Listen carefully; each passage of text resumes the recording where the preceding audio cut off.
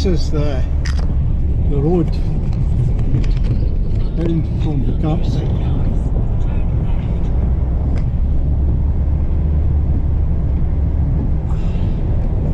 Yeah, above us we've got that. And then on the other side we've got that ridge that goes along Glencoe and a Keegan. You can walk along the top of it if you're brave enough.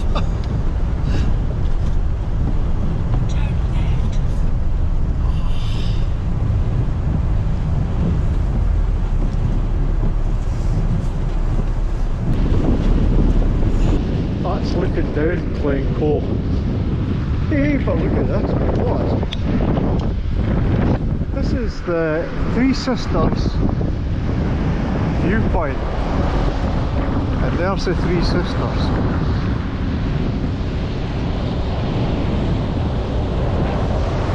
Absolutely fantastic. Where else can you get views like this? And you can just park at the side of the road. Well, there's car parks. And that there, that park, you jump into that valley. It's called the Lost Valley. Can't remember its compelling name, but it's flat there and you can camp there. And if you're really brave, you know, you can go up the back of it. It'll be under snow at the moment, and I'll take you over to Glencoe. The only reason I know is I've come from Glencoe and down that snow phase. I was 16-year-old, that's 49 years ago. Yes, I realised how much I'll do. Oh, anyway, that's a camper van. Oh, I'll have to get a wee shot of the camper van.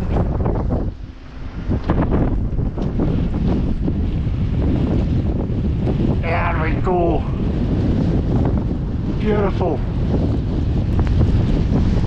This is a beauty spot. It's just through what we used to call the gorge. There's parking there. Hey!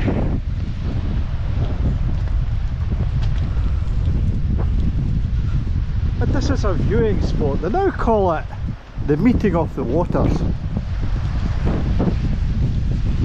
I've been here many times and I've never heard it called that, but that's just me.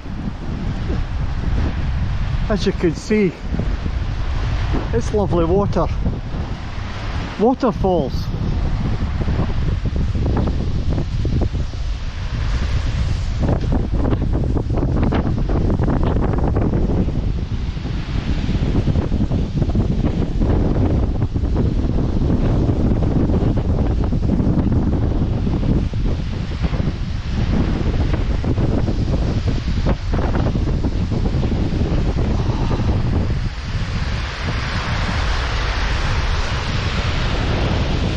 Waterfall, and then it goes into the gorge. There's a viewing spot along here.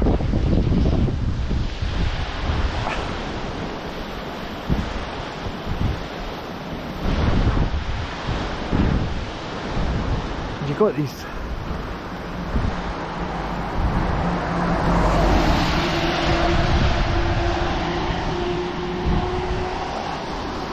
there we go.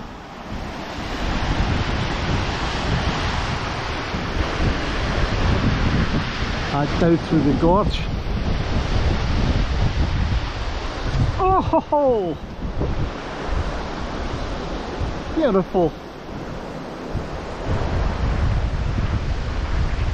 Well, that bit of the road there, now it would be the, oh goodness gracious, it would be the 60s when I was started coming here. And people used to, well, there was a lot of Scottish nationalism at the time, and people used to put rude comments on the, paint them on that wall and put posters on the wall. Oh no, we'd rather take money off people nowadays than slag them off. Oh goodness gracious, look at this. It's one of these places that you can put padlocks. Lovely. Oh, beautiful. Such a beautiful spot.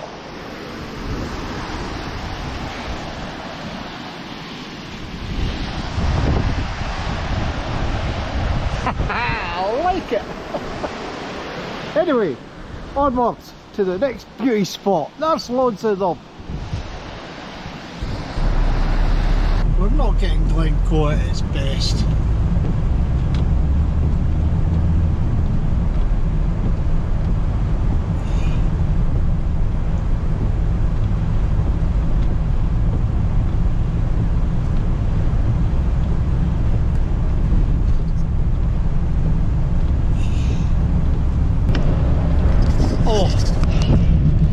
Not even getting out of the camper van for this shot. There we have the Glencoe Moor. This is what you first see if you're coming from the south into Glencoe. I've camped there, I've climbed that. Yeah, where did we go up? Yeah, you had to go past the thing called the P. And the Rannoch Moor, which is where the real climbers go, was on our right. And we went up a thing called the Curved Bridge. We climbed that. I've still got these photographs. I'll see if I can find all this. Put one up. Anyway, there we go. The Glencoe Moor. And I hope it's on a better day when you lot come to see it. It's a beautiful place. Right, we'll drop in at the King's House, and we'll torment the deer. The things I do for my subscribers. It's pouring outside. Yes, I've all heard of Tartan Moor. It's in the south of England. It's meant to be bleak. Hounds of the basketballs. Well, where I am is even bleaker. We're going out into Rannoch Moor.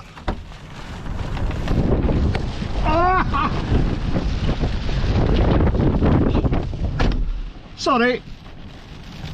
Can't you get the door open?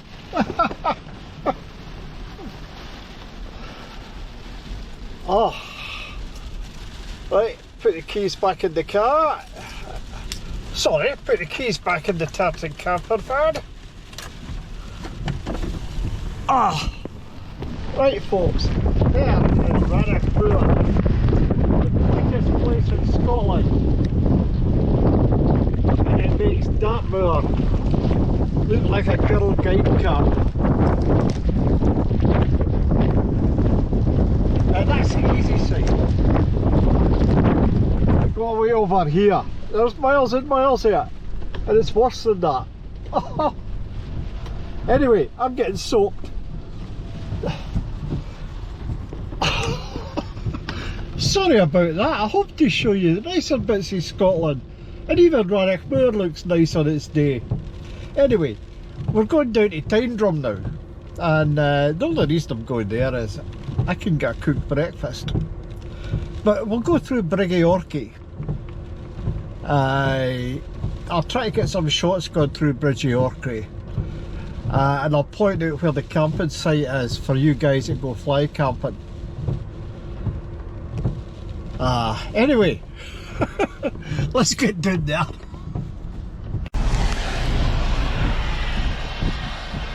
This is Bridgie Orcree.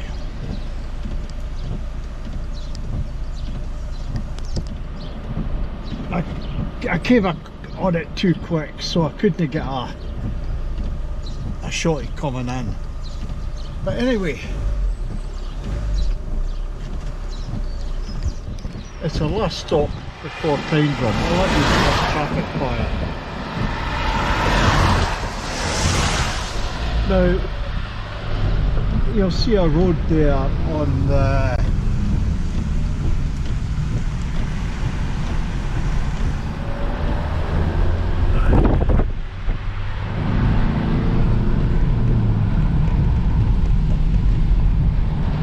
if you're coming up the way, to the south.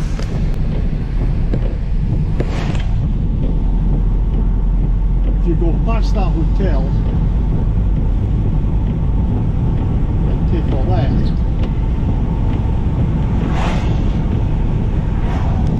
you go over a bridge, and on the right hand side there's a well-known camping spot.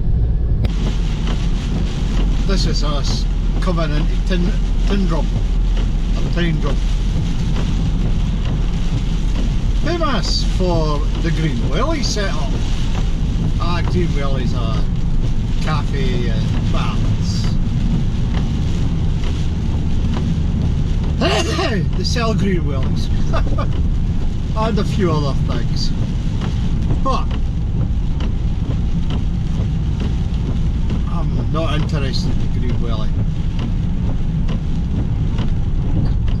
I'm interested in down here.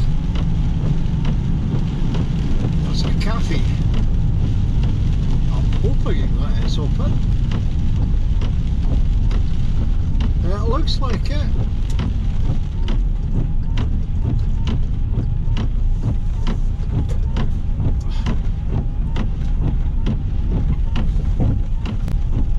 Yeah, we'll get breakfast.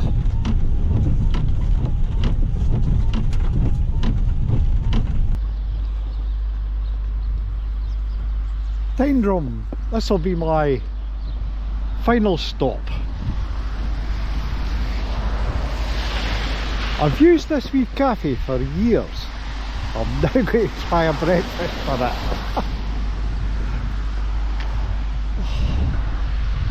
Well, you need to feed. Anyway, we'll go in here. Well, that was quick. I don't know how much you can see off the plate.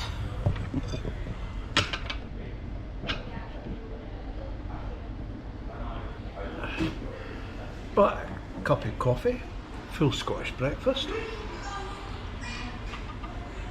£12.25.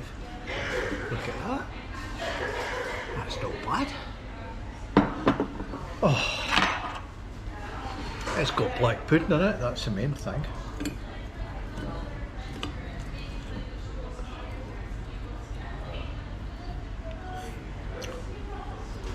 Ah.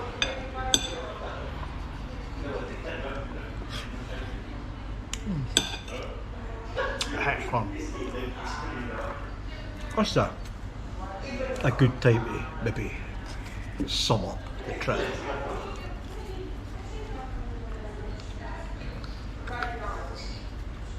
This is day 4. I just know by now I got this trip through Steph's packed lunch, Steph McGowan, and the camper van is from Tartan Campervans in Troon. Oh. The van itself, if you drive a car, especially a bigger one, you'll have no trouble driving the camper van. I stepped straight into it and was quite happy. Oh, good sausages. You shouldn't have any fear about driving one. They're so easy to drive. And everything's in it. All you need to do is bring a duvet and a couple of pillows and what you're going to eat. Everything else is in the camper van.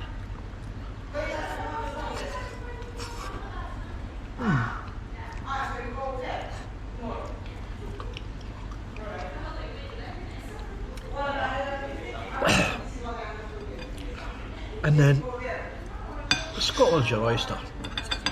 I would advise getting a TomTom or another traffic, you know, sat-nav sort of thing, because you really need it.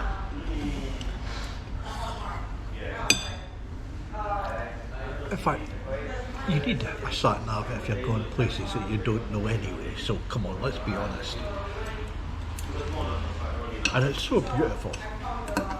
You don't want to be looking at a map all the time.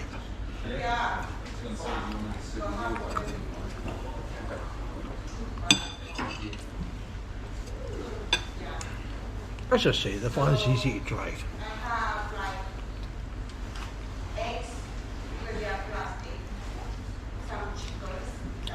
This van had one of these stop-start mechanisms. I never saw that before. That gave me a wee bit of trouble. But there's instructions on the dashboard. If you're making a mistake, it tells you what to do. It's more intelligent than me.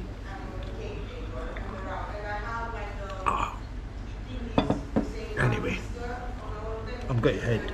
I'm going to slowly enjoy this. Go down to Glencoe and Rannoch, turn right, and down the side of Loch Lomond.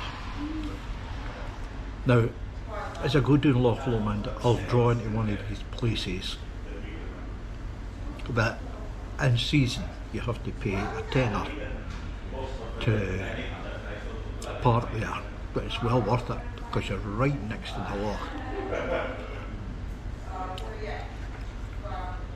Off season, and I think this, I don't know if this is still off season or not, whether it starts next month.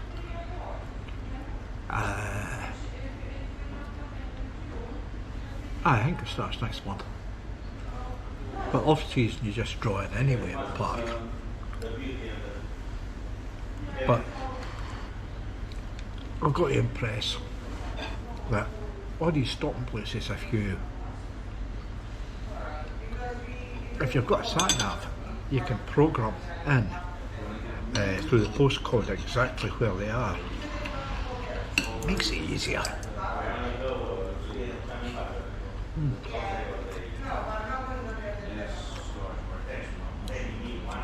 But this is what touring is all about, being relaxed.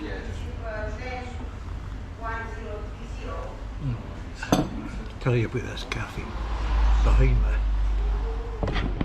If you're sitting at the tables, there's all the birds come flying in there. They used to have an aviary there. I don't know if they still have, but all the bird life comes flying in there. Anyway.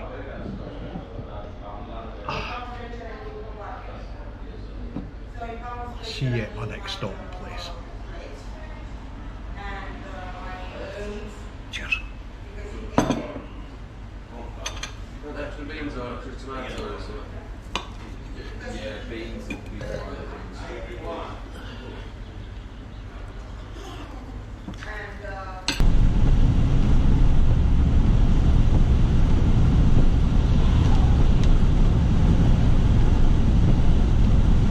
This is us coming into Glencoe and Rannoch. Glencoe and Rannoch was always the starting place for my adventures when I was younger. I knew when I got to Glencoe and Rannoch, the adventure was on. Used to be a youth hostel here.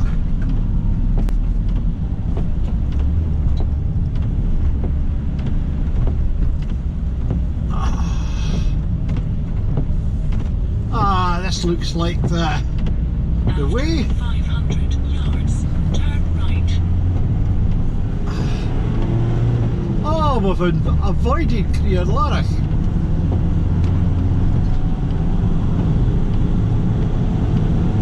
That's a shame.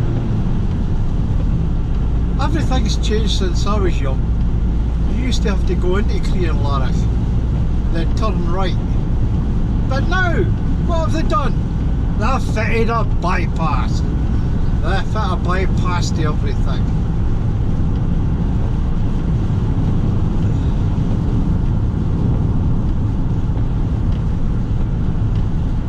Obviously, that wasn't on my top. Oh, and there we are. What a shame. And this is us on the way down to Loch Lomond. This is the coming into the top end of Loch Lomond. Now there's a very good campsite here just to the north, Ben Glass. You get smaller camper vans in here, no bother, not the bigger ones. It's a great place for a tent, it's a great place for a stopover. Now, I'll try to get a good shot of the entrance. It's got a wee shop and it's got a pub, and you can get a meal there. Very, very nice campsite. And if you guys and girls are wanting the first campsite to try, this is the one to go to. But that's more for the tenting crew. But you'll get the wee camper vans in, no bother. It's just to the north of Inverannan.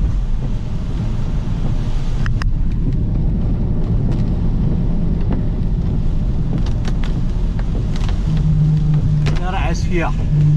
There's the entrance there.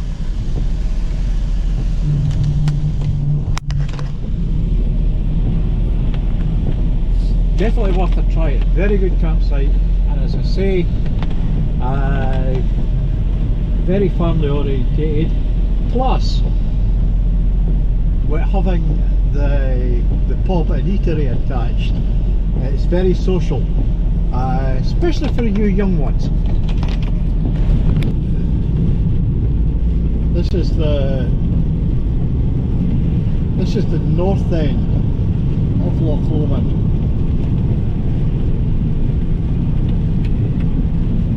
The road here is quite dangerous. There's a lot of accidents on the top end. I didn't have the camera switched on coming through the really bad bit, but up near just below Ardluey there's a lot of bendy twisties, and you just can't take any chances. So you get yourself down to 40-45 mile an hour and just cruise along, because to do otherwise you're going to get yourself into an accident. This is Tarbit. Between Tarbit and Ardluey is the really bad bit. So if you've got a camper van up here, take it easy. At the end of the road, turn left. And here's one of these drawings. There's loads of them about here. This isn't one of the park for night ones, so we'll get on the road again and try to find another one.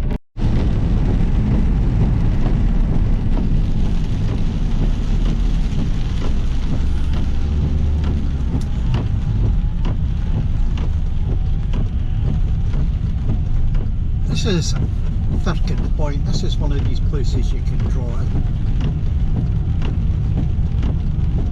Well, I think it is Turn anyway. right when possible, then turn left.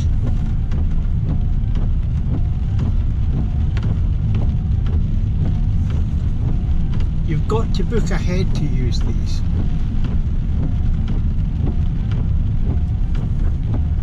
But they're very well managed.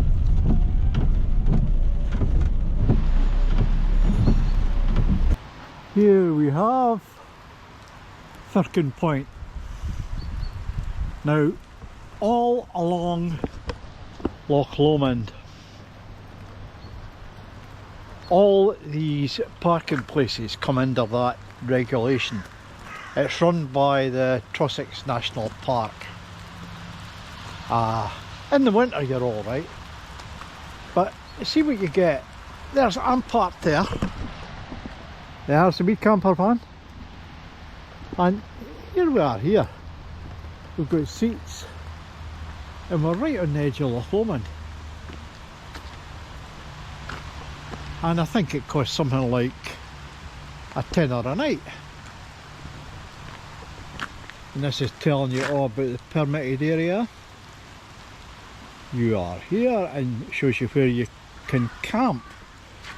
And you've got a,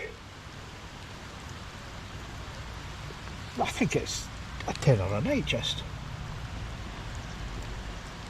Lots of places. You can even camp down on the shore. Ah.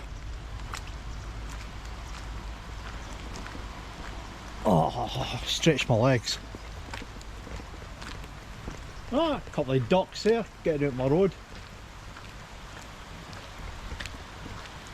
Now, a lot of people would say it isn't wild camping. Other people would say it is. Now, I've got to be fair about it. Loch Lomond was abused. You were getting people coming out for the big cities and just, well, they were enjoying themselves, but it was what they were leaving behind and their antisocial behaviour. So they had no option but to put everything in with regulations. They have rangers come round. Some of them are voluntary rangers actually, and it's just to make sure people aren't prats. You know, you come along, you put your tent up. If you're in an area where you're allowed a fire, you can have one. If not, get down the beach and have one. I never said that. But look at this, this is absolutely fantastic. A nice wee spot there.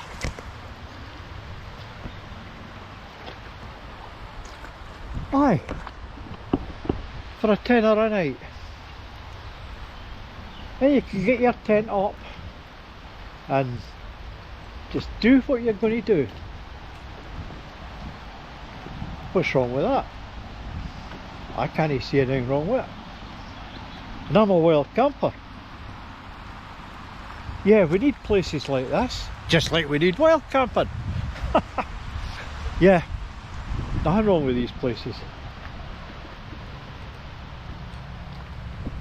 Anyway, next stop will be,